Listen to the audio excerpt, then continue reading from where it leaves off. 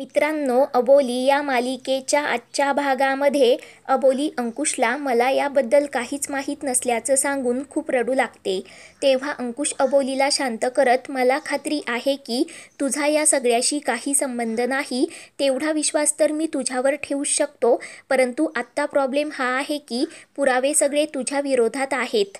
त्यावर अबोली सांगते, मला हे सर्व तुमच्याकडूनच कळतंय.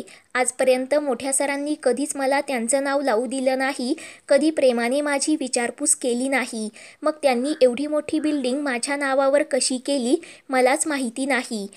तर तेव्हा अंकुश, तुला नसेल कळत अबोली, परंतु माझ्या सर्व लक्षात येत आहे.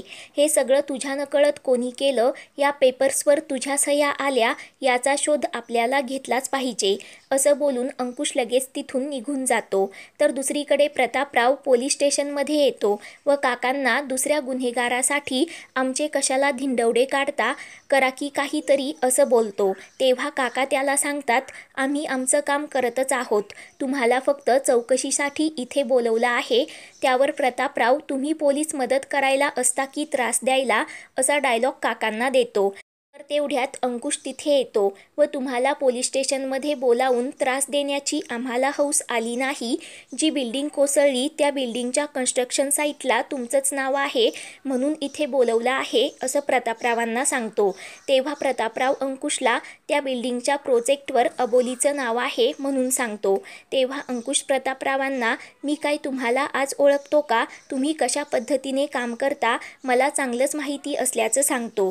तेव्हा प्रतापराव, तुमच्या काहीच हातात नाही, सर्व न्यायालय ठरवणार आणि कोर्टात पुरावा लागतो, असं बोलून सर्व पेपर्स अंकुशकडे देतो व यावर मालकिनीच्या म्हणजेच अबोलीच्या सह्या असल्याचं सांगतो व या प्रॉपर्टीसाठी लागणारा सर्व पैसा अबोलीच्या अकाउंटवरूनच घेण्यात आला होता, हे सर्व नीट चेक करा, नाहीतर तुम्हाला वाटेल बँकवाल्यांना पण आम्हीच मॅनेज केलं, असं बोलतो.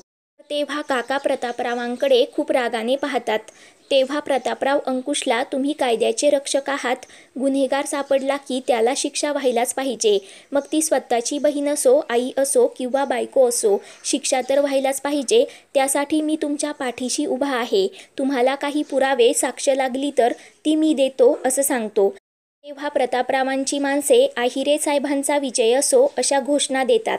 तेव्हा प्रतापराव, 136 माणसं मेली आहेत, घरातील कर्ता पुरुष, कुणाचा बाप, कुणाचा मुलगा, कुणाची आई त्या बिल्डिंगखाली चिरडून मेले आहेत. त्या निष्पाप लोकांचा जीव घेणाऱ्याला शिक्षा झालीच पाहिजे, त्या गरीब लोकांना न्याय मिळायलाच हवा, त्यासाठी हा प्रतापराव वाटेल ते करायला तयार आहे. माझा जीव गेला तरी चालेल, परंतु मी त्या गुन्हेगाराला माफ करणार नाही. लोकांच्या जीवाची आम्हाला काळजी आहे, कारण आम्ही लोकांचे सेवक आहोत. आधी लोकांची काळजी, मग घरातल्यांची.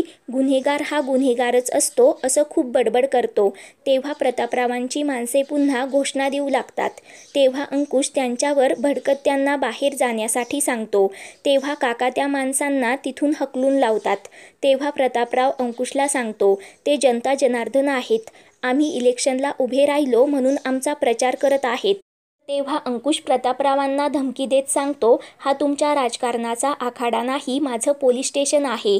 तुम्ही चांगलं राजकारण खेळता, एकीकडे समाजात प्रतिष्ठा मिळवायची आणि दुसरीकडे एका निरपराध व्यक्तीला अपराधी ठरवायचं, असं बोलतो व एका दगडात 2 पक्षी मारले का, असं विचारतो. तेव्हा प्रतापराव, 2 नाही 3 पक्षी मारले, आता तुला कळेल स्वतःच्या बायकोला जेलमध्ये टाकल्यानंतर कसं वाटतं ते, बघा जमलं तर सोडून, असं बोलून प्रतापराव लगेच तिथून निघून जातो. तर अंकुश विचार करू लागतो. तर दुसरीकडे नीता पळतच आतमध्ये येते व दारं खिडक्या बंद करून घेते. तेव्हा रमा, तू हे काय करत आहेस, असा प्रश्न नीताला करते. तेव्हा नीता सांगते, लोकांचा काही भरवसा नाही, आपल्या घराकडे मोर्चे घेऊन येतील, दगडफेक करतील, पुन्हा तोंडाला काळं फासतील, कारण त्या अबोलीमुळे खूप लोक मेली आहेत. तेव्हा आजी नीतावर भडकते व त्यात अबोलीचा काहीच दोष नसल्याचं सांगते. तेव्हा नीता अबोलीला अटक करायला अंकुशला काय वेड लागलं का असं विचारते. त्यावर आजी सांगते तो प्रतापराव आणि त्याची बायको अबोलीसोबत बोलत सुद्धा नाही. मग तो अबोलीच्या नावावर एवढी मोठी बिल्डिंग कशी करेल? तो प्रतापराव एक नंबरचा हलकट माणूस आहे. त्यानंतर नीता रमाजवळ येते व तू घाबरू नकोस म्हणून सांगते. तर आजी नीताला दूर करत रमाला आपण काही एक केलेलं नाही, त्यामुळे तू टेन्शन घेऊ नकोस, कर नाही त्याला डर कशाला असं समजावते आणि नीताला पोलीस स्टेशनमध्ये अबोलीसाठी डब्बा घेऊन जायला सांगते. तेव्हा नीता नकार देत ती गुन्हेगार बाई आहे, तिला उपाशीच मरू दे असं बोलते. तेव्हा आजी मी अजून धडधाकट आहे, मी अबोलीसाठी डब्बा घेऊन जाते असं बोलून लगेच जाण्यासाठी निघते.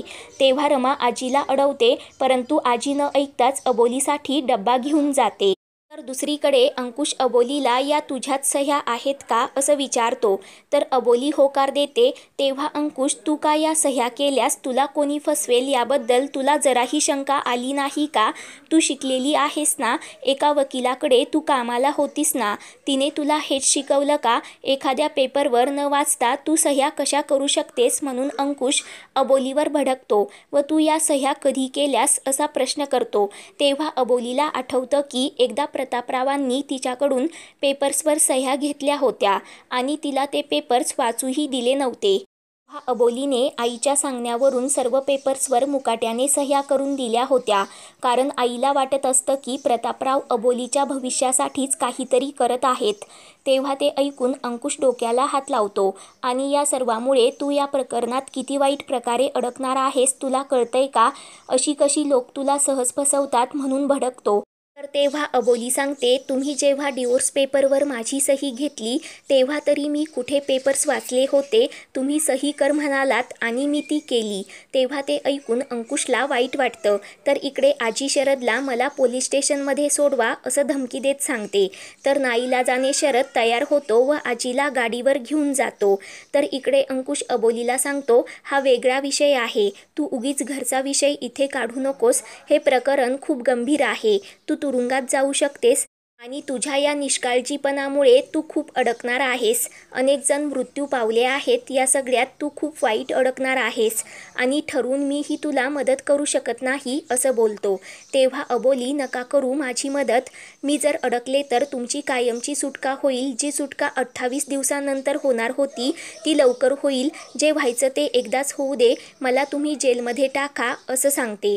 तेव्हा अंकुश अबोलीला तू निर्दोष आहे, मी तुला शिक्षा होऊ देणार नाही, मी तुझ्यासाठी लढेन, हे सर्व प्रकरण खूप गुंतागुंतीचं आहे, मला तुझी मदत लागेल असं बोलून अंकुश अबोलीला सर्व काही प्लॅन समजावून सांगतो. त्यानंतर एक लेडी हवालदार अबोलीच्या पदराला कॅमेरा लावत असते, परंतु तिला ते जमत नाही. तेव्हा ती हवालदार अंकुशला अबोलीच्या पदराला कॅमेरा लावण्यासाठी सांगते. तेव्हा अंकुश अबोलीच्या पदराला कॅमेरा लावत असतो. तर दोघेही एकमेकांकडे खूप प्रेमाने पाहतात. आता कॅमेरा लावून अबोली प्रतापरावांच्या घरी जाणार आहे. प्रतापरावांचं खरं रूप सर्वांसमोर येणार का ते पाहणे रोमांचक ठरेल. पुढील भागांच्या अपडेटसाठी चॅनेलला सबस्क्राईब करा.